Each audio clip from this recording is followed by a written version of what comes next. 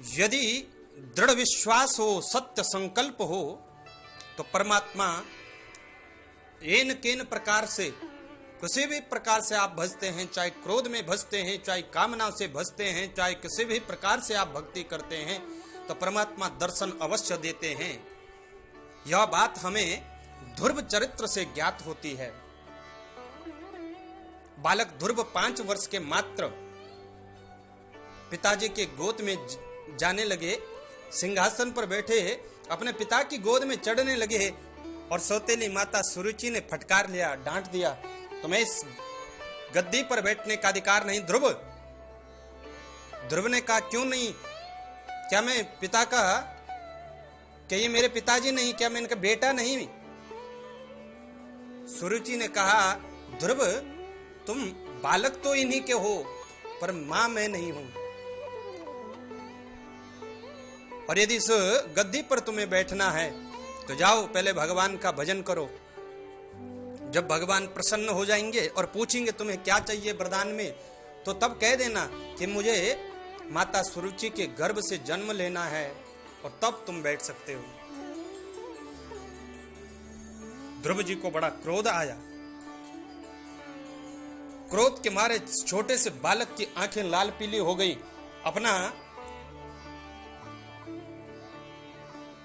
किसी भी प्रकार से अपने आप को संभाला और सीधा वन को चले गए। माता सुनीति ने भी बड़ा समझाया, बेटा ये सौतेली माता तेरी शत्रु नहीं किसी भी प्रकार से, ये तो तेरी मार्गदर्शिका गुरु हैं, जिन्होंने तू तो पिता की गोद में बैठना चाहता है, उन्होंने तुम्हें परम पिता परमात्मा का गोद का आश्रय दे दिया। वन में चले गए। नारद जी ने देखा ध्रुव को, और देखा, मैं जरा देखो इनके मन में कैसा विश्वास है परमात्मा के प्रति, क्या सोच करके आए हैं, परीक्षा लेता हूं। नारद जी ध्रुव के पास गए, और देखते ही ध्रुव ने प्रणाम किया। नारद जी समझ गए मन में पक्का विश्वास है, संस्कारी है।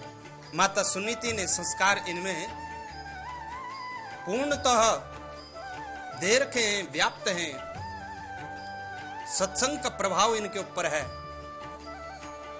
नारद जी कहते, कौन है भाई, कहां जा रहे हो? इतने छोटे बालक इस घने जंगल में क्या कर रहे हो? ध्रुव कहते हैं देवर्षि नारद से कि हे प्रभु, मैं यहां भगवान की प्राप्ति के लिए आया हूं। नारद जी ने समझाया, अरे बेटा, जिन भगवान श्री हरि के इतनी कठिन तपश्चर्या है, जिनको तुम प्राप्त करना चाहते हो, उन्हें प्राप्त करना अत्यंत कठिन है। अरे बड़े बड़े ऋषि मुनि महर्षि हजारों वर्ष तपस्या करते करते उनका शरीर छूट गया, लेकिन भगवान कभी मिले नहीं। कहां गए तुम? कैसे प्राप्त कर लोगे इस छोटी सी अवस्था में, और क्यों आए? ध्रुव जी ने बताया, सौतेली माता के वाण रूपी शब्दों से मेरा हृदय विदीर्ण हो गया है, और अब मैं भगवान को प्राप्त करके रहूंगा,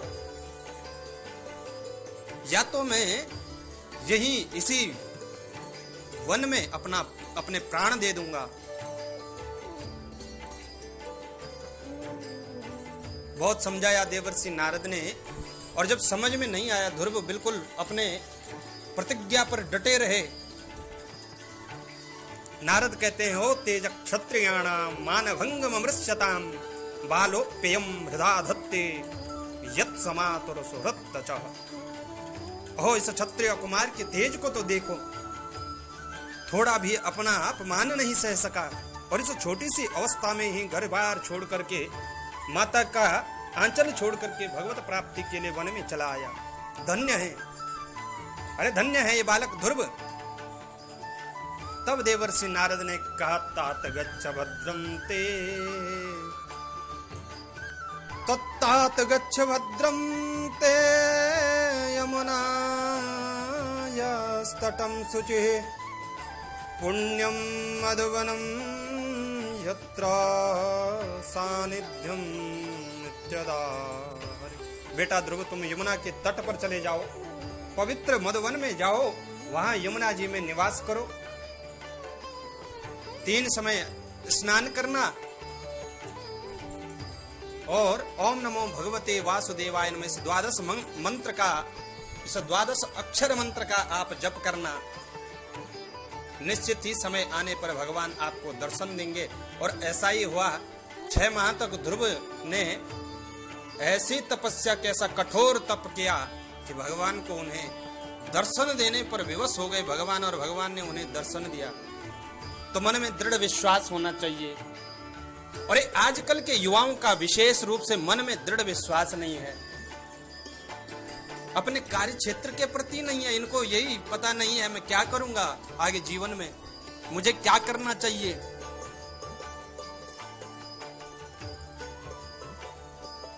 आजकल का युवा जिस भी क्षेत्र में जिसको देखता है उसी की तरह कार्य करने लगता है, और सोच विचार तो करता है पर आलस बड़ा है, कर्म नहीं करता है।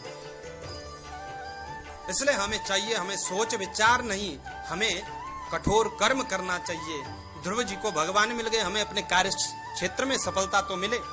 हम अच्छे संगीतज्ञ को देखते हैं तो हमारा मन उसी की तरह संगीत में गुनगुनाने लगता है कि मैं भी ऐसा बनूं। अच्छा क्रिकेटर देखते हैं तो मैं भी ऐसा बनूं। अच्छा कलाकार देखते हैं तो मैं भी ऐसा बनूं। अच्छा, तो वही सोच लेते हैं, जबकि यह गलत है। मन में दृढ़ विश्वास होना चाहिए। एक कार्य क्षेत्र को चुनना चाहिए सदैव, और जब तुम एक कार्य क्षेत्र को साध लोगे, उसे चुन लोगे, उसे उसके पथ पर चलने लगोगे, तो निश्चित रूप से आप सफल हो सकते हैं। आपको सफल होने से कोई भी ताकत रोक नहीं सकती है। आज जरूरत है तो मन को एकाग्र करने की है। ऐसा कठोर तप किया ध्रुव ने, भगवान की प्राप्ति हो गई। और जैसे ही भगवान के दर्शन के ध्रुव जी गदगद हो गए, सारा क्रोध, जितनी भी भावनाएं थी मन में, सब समाप्त हो गई। प्रभु ने देखा कि ध्रुव मेरी स्तुति करना चाहता है, लेकिन कैसे? क्योंकि बोलना तो कुछ आता ही नहीं है। तपस्पर्श बालम कृपया कपोले, भगवान श्री हरि ने अपना ज्ञानमय शंख उनके कपोल में स्पर्श कराया और ध्रुव को समस्त विद्याएं, समस्त वेद वेदांत का ज्ञान उनके हृदय में प्रकट हो गया। ध्रुव हाथ जोड़ करके स्तुति करने लगे। यों ता प्रविश्य मम वाचमिमां प्रसूक्तां संजीवयत्यखिल शक्तिधर स्वधाम्ना अन्याश्च हस्तचरण श्रवण त्वगा।